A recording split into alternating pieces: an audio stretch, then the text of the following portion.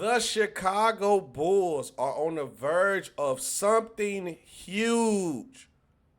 And that something huge is keeping the core of this team together because you'll be making a mistake by not paying the guys that are currently on our roster.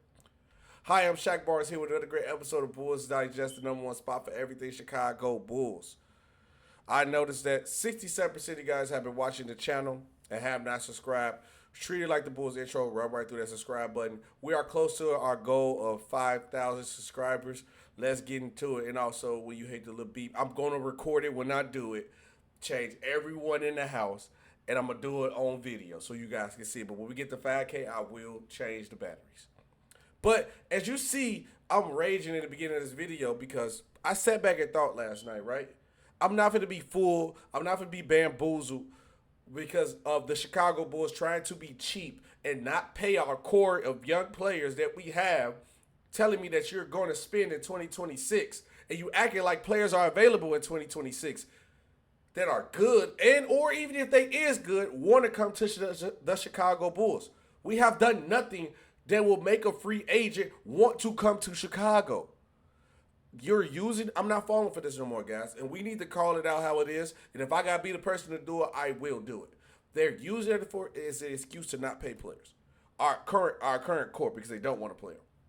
Let's get right to it. You know how I do. I don't like wasting guys' time. So Chicago Bulls and Josh Giddey negotiating gets positive. It's getting positive. So obviously, they've been going back and forth. We haven't really been hearing a lot of things. Josh Giddey had a certain number that he wants. Now, I am cool with negotiating in the business of basketball, like with Josh Giddey's situation, right? Right now nobody got no money to pay him. So, of course, you might lowball him a little bit or me. You know what I'm saying? That's fine. But the way that we're going about it at this point is clearly showing we don't want to pay nobody. We're not trying to bring nobody back. We're going to lose everybody out and just have Montes Buzelis and a bunch of G League players. That's what Reinsdorf wants. Because he don't want to spend an luxury tax. He honestly, if he could spend less than the actual money that you had to spend, he'll do that if he could. But I digress. Let's get into it. So Chicago Bulls, Josh Giddey had a good talk. Initial reports suggested that Josh Giddey, who has so far virtually no interest for any team besides the Bulls, wanted $30 million per year, something along the lines of 5 years, $150 million deal that Jalen Suggs signed with the Atlanta Magic. The Bulls didn't want to pay that, and it doesn't look like they'll have to. That impasse drove the negotiations to a stall, but the things are trending in the right direction, insider Casey Johnson said. Anyone speculating about the deterioration of the relationship should put that on pause. I'm told that Giddy has some very consecutive conversation with the Bulls. Sorry about that. Bulls personnel, including a sit down with Coach Billy Donovan. Johnson was told that the two sides are still talking, so there's no reason to think negotiations has completely grounded to a halt. As the two sides remain apart, the Bulls are going to be offering him $30 million a year. That remains their stance. He added, the insiders said that Giddy might go for a short-term deal with a lower salary so they can enter unrestricted free agency again in a few years. This is potentially a significant deal then when there are no limits on his availability. Now, look, this is red flag number one, right? We all know how this team is currently constructed and how the Bulls play. All signs point to Josh Giddey having an outstanding year. It is what it is. He's going to probably put up 18, 9, and 9. At best, 22, 10, and 10. At worst, 17, 8, and 7. So he's going to still give you some decent amount of numbers. And if you wait to sign this short-term deal, because you know what's going to happen? Now you're going to have to pay double the price of what you probably would have been paying him. Now, if he goes off, you sign him to a 2-year extension, short deal, where this next year he'll probably be a free agent again. He goes off this year. Now he went to the table saying, I want 30. Now he almost averaged a triple-double. Now I want 40. And you could have just probably paid him 30, and he would have been on a team-favorable deal looking great. And I told you guys in the video before, just give him 25 to 26, 27 million and add incentives in the contract to get him to his 30. That's it. That's all you guys got to do. But we go 2026. We gotta save this money. 2026. This guy's here. Okay. Next player on the list, right? Next player. Kobe White. Obviously, we know Kobe White finna be an unrestricted free agent. You see Josh Giddey want to be an unrestricted free agent because then he can just walk and leave if the Bulls don't play with his money. So now we go to Kobe White. Kobe White finna be an unrestricted free agent. And how the Bulls play, he's looking like he might be an all-star caliber player. And especially with the East being decimated with injuries, there's more all-star spots to open. And you know what happens when you become an all-star? You get more money. And the Bulls are hesitant to pay Kobe White, and they're going to have to pay the Piper even more, or he's just going to walk for nothing. So obviously, the Chicago Bulls, hey, if you don't want to pay a guy, you should move him. The Chicago Bulls declined the offer of the Orlando Magic for Kobe White. And if you guys remember how the trade went, the Bulls was going to receive Jonathan Isaac, Cole Anthony, 2 first-round picks, and a first-round pick swap for just Kobe White alone. The Bulls declined the offer. If you're not going to sign this guy, how do you not take this offer? If you're not going to sign this guy, how are you not going to take this offer? What was the pick protection? They even gave you a pick swap. So I know the pick protection couldn't have been that high. Probably what top 3 maybe, if that. And I heard it was unprotected picks. But how can you decline this and do not want to sign a player? I'm telling you guys, it's not no game plan to this. They're just being cheap. And they're gonna lose out on a great group of core players because they want to be cheap. We ain't getting no big free agents. We are not signing no big free agents. It's not in our history to do these things. It's not.